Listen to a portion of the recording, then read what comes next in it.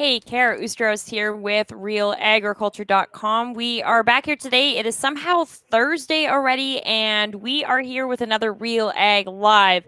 Now, it's going to be a little different for the first few minutes. I have Lindsay Smith as a guest for about a few minutes, and then Darryl Fransoo, who's a Saskatchewan farmer and also with the Western Canadian wheat growers. How are you guys doing today? Things are Lindsay's going good. good. How's Kara? I'm good. Darryl, so like I said, we're doing this a little different.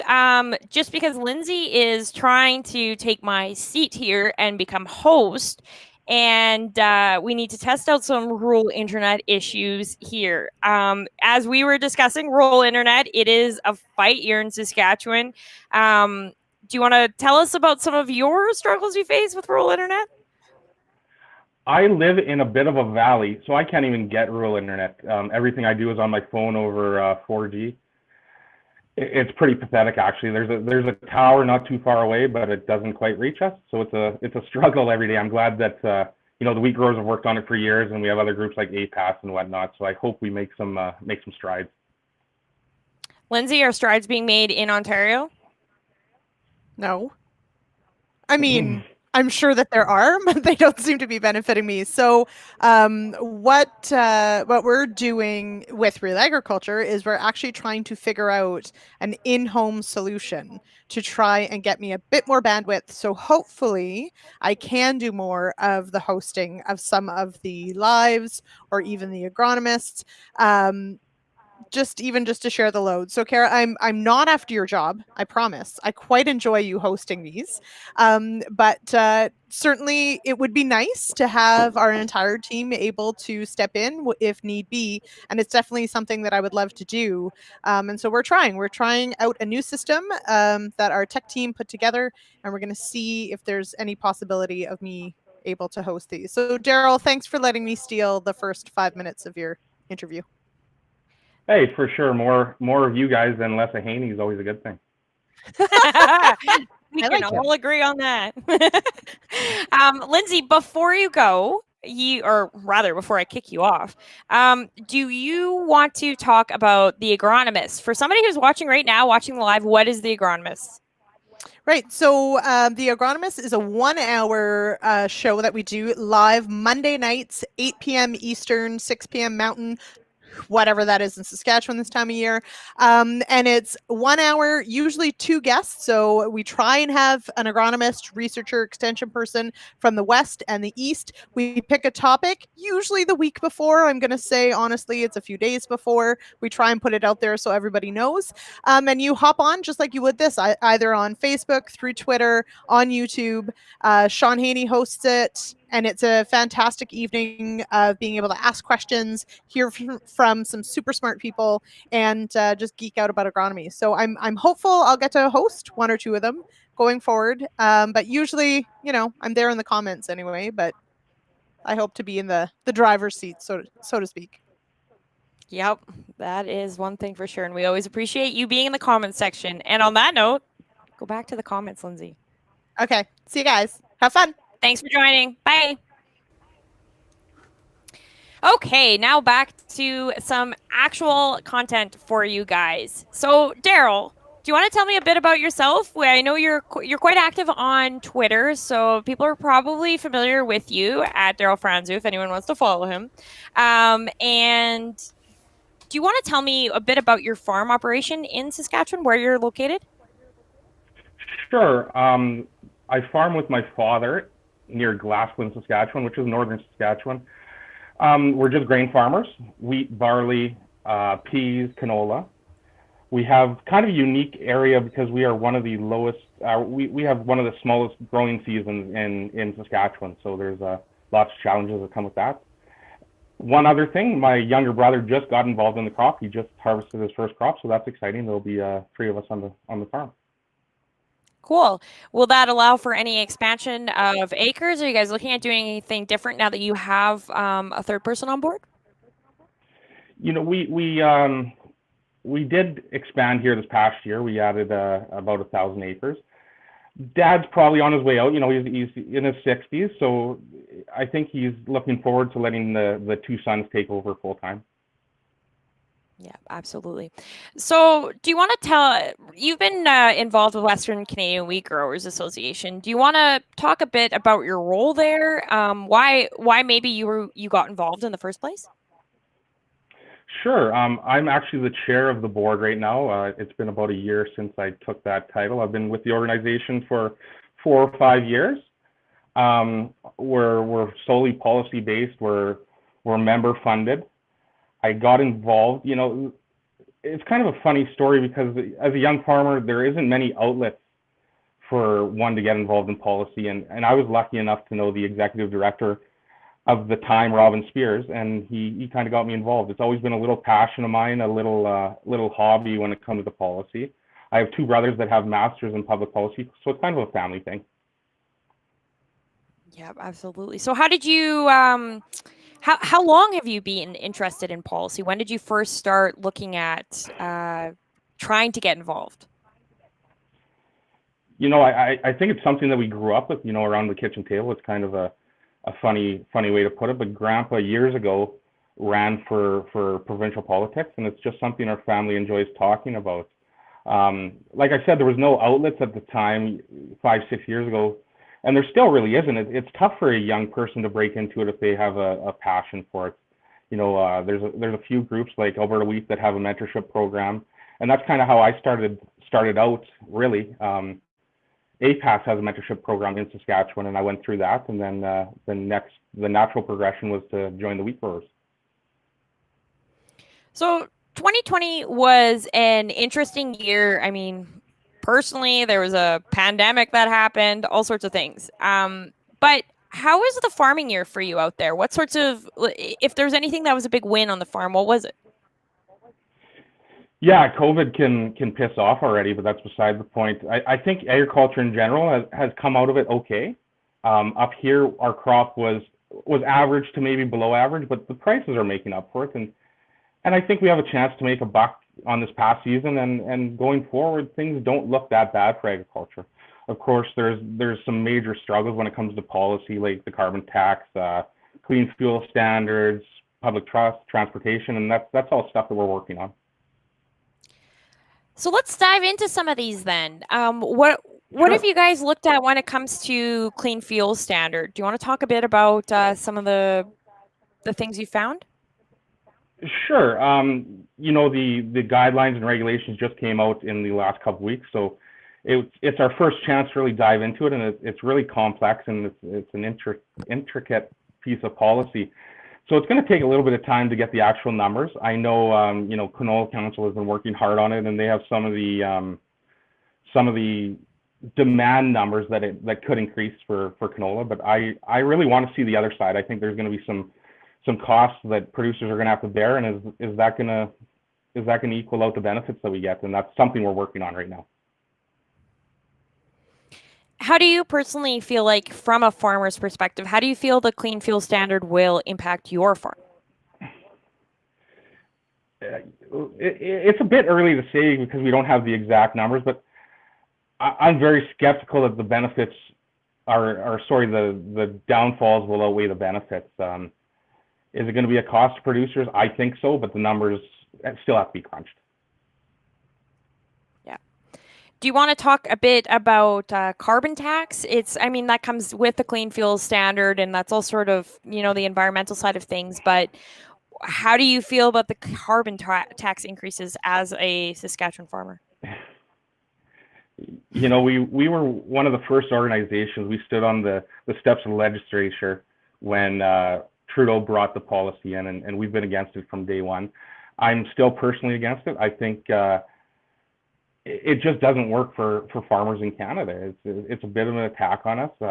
We are environmentally friendly. We're doing what they want us to do. We're sequestering carbon, but we're getting punished for it. Going up to $170 a ton, it is going to kill the industry, kill farmers, kill small farmers, kill big farmers. It's not good for anyone, and it's not going to help us reduce our carbon footprint.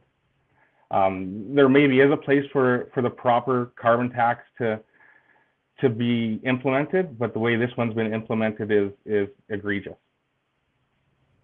Okay, then as somebody who's very interested in policy, how do we get this message forward? How do we get the government to maybe listen to us farmers? That's the hour, the $1 billion question. Yeah, literally the $1 billion question. I know our group and numerous groups have provided information time and time again, and for whatever reason it falls on deaf ears. I guess we come up with the next solution and try that. They're hell bent on bringing this carbon tax and bringing this increase in. We've been trying, and they just won't listen to us, and that's a big issue. If you want to be a politician and you want to speak or protect all Canadians, I think they're failing that when it comes to farmers right now. Do you think on local or provincial governments, like, do you feel like that there's enough people around that are listening to you that way, that can, like, MPs that can actually go and portray this message, or how are you feeling about it locally? You know, that's a tough one, especially in Saskatchewan here. We have a government that has been very, very amicable to farmers. When it comes to the carbon tax, they're fighting it at the highest level, and I think they're fighting it because of our industry, because of the oil industry, and because of how hard it does hurt farmers. So let's play that route out, see where it goes, and from there, I guess if the courts find that it is the right thing to do, then we have to go with the next step with the provincial government and the federal government. Yeah. We have a question here. It says, do you think there's still the chance of a carbon exchange happening? Do you see that? You know, I think there's some things in the works. Nutrient rolled out a program not too long ago that they're starting with a couple bigger growers. So we'll see what comes out of that. My one reservation is that no matter the schemes that have been portrayed or been brought in around the world, that farmers don't get what they're supposed to get. It puts money in other people's pockets, and farmers kind of get the crumbs that are left over. So there is possibilities, and it is a way. You know, if we sequester carbon, we should be paid for that carbon. We're getting penalized for the carbon we emit, so it should work both ways. So, of course, we're here to talk serious things such as policy, but of course, Jeff Bennett has a question here for you. Okay, we have to put some guidelines down. If anyone is taller than me, I'm not answering their questions. Oh, well, that would be, I mean, that makes my job pretty easy. I think that's fair. Seeing as I stand at 5'2", it's most people are taller than me. Okay, but Bennett is wondering, what does Jeff want to know? What hat are you wearing? He needs to see what kind of hat are you wearing. It is a P&H hat, actually, for no other reason except that I like the hat. I was supposed to go to Kelly Balarjan's house and grab his farm hat. I just ran out of town. Sorry, Jeff. Yes, that's very fair. So if we want to hop back into policy, there's been a lot of talk lately on responsible grain. It's something that has been, it's not new, but it seems like a lot of people are just kind of tuning into it. Do you want to talk a bit about what responsible grain is? I don't think it's my job to talk about what responsible grain is, but I will definitely say that I have some reservations, some questions that haven't been adequately answered. They're doing consultations right now, so the best I can do is urge farmers to go on responsiblegrain.ca and sign up for the consultations. I think there's some big red flags. I don't know what benefit it gives to our industry, and those are questions they have to answer, so I urge farmers to get involved. Okay, and that's all you'll say on it. Do you? I guess one more. I'm gonna push you a little further. Sure. Some people are having issues with the fact that it is, there's mandates out there, or they're feeling like it won't be a voluntary mandate one day. We already see this with the beef industry. Why do you see it as a problem in the grain industry, or do you see it as a problem in the grain industry? It's a possibility for sure. There's no way of knowing that it won't be used by government in the future or in the near future. They seem to want to attack our industry all the time, and this could give them one more tool to do that. I'm not saying that's the reality of it, but there is a possibility of that. And there's no way to guard against that as far as I can see. So that is one question or one reservation I have about it. You know, we're attacked from every which side, and here's just another layer that can be added on top. Yeah, that's for sure. So, what sorts of things are you working on right now with the Western Canadian wheat growers? As a director, do you feel like you're leading the group in a certain direction right now? You know, we've been working on carbon tax, carbon sequestration, how we can limit the negative effects of a carbon tax on farmers since day one. Like I said, we're firmly against the carbon tax, but we also realize that it is here, and maybe it's here to stay, unfortunately. So we have to figure out what's the best way to negate the bad effects it has on farmers and on their profitability. CFS, obviously, it's not brand new, but it's new that the regulations have just come out. Like I said, we have to wait to see the numbers on that. We're always working on public trust. We're always working on transportation.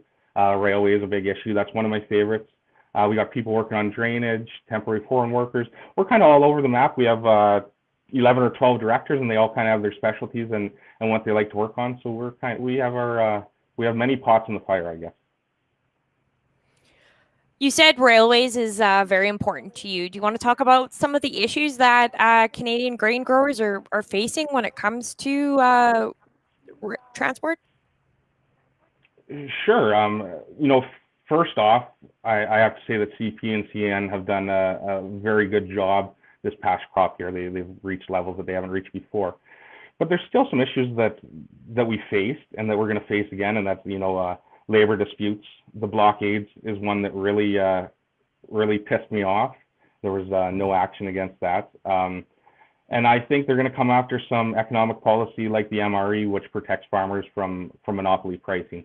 So there's all kinds of things going on. Like I said, they're doing a fantastic job right now. How long is that going to last with crude by rail coming online, containers moving at big paces, et cetera, et cetera. So time will tell. And I guess when it comes to containers, what sort of issues are do you want to expand on some of the issues that growers are facing when it comes to containers and what that could do to our supply chain? Yeah, no, absolutely. There has been a shortage. I know it's getting better, but there was a shortage of containers that were coming inland because they wanted to ship them back to China, for example, to get goods back here as quickly as possible. There's lots of pulses and special crops that go in containers. So if there's a shortage, it's just like a rail car shortage where our grain doesn't get to an export position like it's supposed to. As far as I know, the numbers are getting better, but it was an issue early on. Yeah. And public trust, you said that's another big one for you guys there. What sort of specific, I mean, public trust is always going to be an issue and it's always going to be changing. I think there's no doubt in that. It seems like you look back decade to decade and there's always different things we're tackling. But what's kind of the big one right now? What are you really facing difficulties with? You know, the code of practice is a big one right now. Public trust isn't my realm. It's not something, you know, early on in, you know, 5-10 years ago when social media was becoming big, I thought I would tackle that issue, but there's so many people doing it. We have some great people like Sherilyn Nagel, Caitlin Kitson, Margaret Hansen, people that really love the subject and are working on it. It's really not my domain. I think the goalposts are always moving. We do what we can do best on our farm. We do a pretty damn good job of being sustainable and environmentally friendly, and we just got to keep getting that story out there. So it seems like we've been having this conversation a lot with different people lately. Do you find when you're talking to farmers and you're using the word sustainability, do you find that in itself kind of freaks people out at all? Yeah, totally. There's no definition. Like I said, the goalposts continue to move. They ask us to do this. They ask us to do that. We do this. We do that. and that doesn't seem to be good enough. My question is, where does it end? You know, we're working on tight margins as it is. We've had some good years, we've had some bad years, but as a 10-year average, for the risks that we take, the reward isn't there sometimes. So keep nickel and diming us, and eventually we might have food security problems. I really don't know what more we can do except keep trying to get our good news story out about how we do things well. And what is Western Canadian wheat growers doing to actually get this good news story out? I know, like you said, you guys have really been trying, but what sorts of things are you doing? There was an initiative, I can't think of the name today, that just came out with CropLife and Grain Growers of Canada. I'm trying to think what the dang name is. Advancing Agriculture, maybe. So that's a new initiative with our national partner that is aimed at the public trust realm. Sherilyn Nagel's been doing podcasts and talks and whatnot about it for literally a decade. We just try to get the word out there as good as we can. I'm trying to think what the damn name is to that, the new initiative. Advancing Agriculture. Have you seen that one yet? I think it's Advancing Agriculture. I know I should know this. But yes, I do really believe it's that. Anyways, though, on a different note, I'm sure Lindsay will be in here correcting me right away soon, so we'll be fine. But Devin Walker asks, when can we expect to see the basis broken down on our grain tickets? So transport, handling, damage, etc. Damage. Yeah, no, that's a valid question. I think the one thing that the wheat growers have been working on for a long time is modernization of the Grain Act, and that could definitely play part of it. I've talked to Devin about this before. I think that there's some validity into his question. I also think that we should have a better way of knowing what the price is further down the line, so we can make marketing decisions based on that. There should be more information, and I think that's something when the Grain Act does get opened up, that it could be part of it. Yeah. So also, while we're on the question here, there's a comment here from Kelly. She says, good work, Darryl. Nice to see a younger producer who is willing to put the time and effort into policies on behalf of the rest of us farmers. So a little shout out to you there. People are noticing what you're doing, and it's always good to hear that, for sure, to know you're being listened to somewhere. Yeah, no, I appreciate that. There's a lot of good people working hard on farmers' behalf. That's why the apathy really digs at me. Literally, there's 10 farmers working for the 20,000 farmers that are out there. That's why I want them to get their voice heard, especially in this code of practice, and let's get involved in our industry. So, like I said, there's lots of good people doing it, but we need more farmers making decisions for farmers. How can farmers get involved? What sorts of things can they be doing? Well, with the code of practice, they're doing their consultation right now, responsiblegrain.ca. It's kind of an onerous process, but it affects your industry. Spend the 3 hours or the 4 hours that it takes and go through it, so you know what is coming down the pipeline, what could affect you, what could affect your bottom line. There's always the opportunity to run for one of the commissions. There's a little bit of time commitment to that one. But when there's consultations, get involved, right? Say your piece. Yeah. And you were right. It is Advancing Agriculture. Lindsay here has posted the link. So I believe she's watching on Facebook, but it's www.advancingagriculture.ca, as we just put up on the screen here. So feel free to check that one out. Devin here has one more question, and he says, what's the future of grain grading looking like in terms of automated and quantitative and less qualitative dockage factors? No, I agree with what Devin's insinuating there. We have all the technology. There's no reason that we should have people looking at a piece of wheat and saying there's frost here, when we can get a quantitative number on how it makes bread and how the end user can do it. I personally think it's a way for the grain companies to skim a little bit off farmers. But when before COVID happened, the Grain Act consultations were supposed to start. So I'm hopeful that, barring an election, that it's going to happen sooner rather than later, and all that stuff can be discussed, and hopefully we can make an act that is literally a dinosaur into something that's more modern and more farmer driven and farmer friendly. What are some of the biggest issues you see what about it is making it less, or making it more dinosaur, I guess, as you put it? What are some of the biggest things that need to change? Well, it literally hasn't been opened up in decades. So just imagine how much agriculture has advanced in the last 40, 50 years. And the technology advancements that we've made. I just think it's not right to have a human looking at a sample when a machine can do it 10 times better and give the actual numbers that the end user wants. When a machine tells you that it's one, it's one. When a human tells you it's a two, it could be a one, it could be a three. There's human error in all of this stuff, and we should, like I said, the Grain Act's going to be opened up. I hope there's consultation sooner rather than later, and it's something that the wheat growers are going to be working on and have worked on for the last decade or so. Yeah, and Devin says, thank you, Darryl. Good insight. I appreciate your perspectives.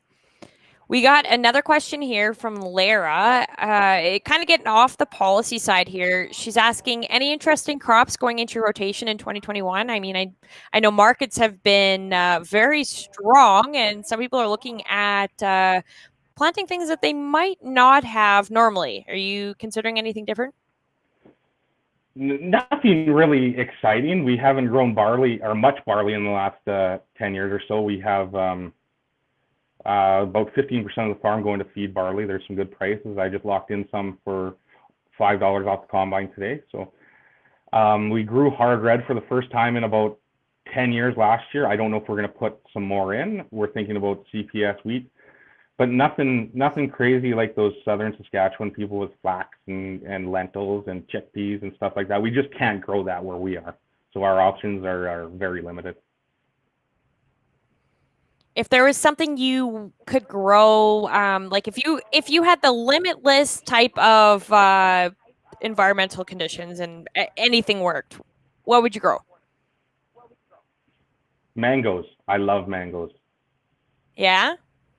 A good mango why tree. not? That would be Why nice. not? Yeah. We have boring stuff here in Canada. We have wheat and barley and oats. I want to grow some of that tropical stuff. Have some fun, do something different. But Yeah, no, we have challenges up where we are. We have a short growing season. We don't get the growing degrees to grow the crops that some other places can grow. We're really hamstrung. You know, peas were a big staple in our rotation, but Aphanomyces has kicked us in the butt, and we just can't have that. So we're really on a 2-year rotation, which isn't what I want to be on, but it's out of necessity. And you know, it brings to light why plant breeding in Canada is so important. We can't grow soybeans, we can't grow lentils, we can't grow all those long season crops. So we're stuck to 2 crops, which agronomically isn't the best thing, but for the bottom line, and that's what matters. I'm running a business. Profitability is important, and that's the only way we can make it go right now.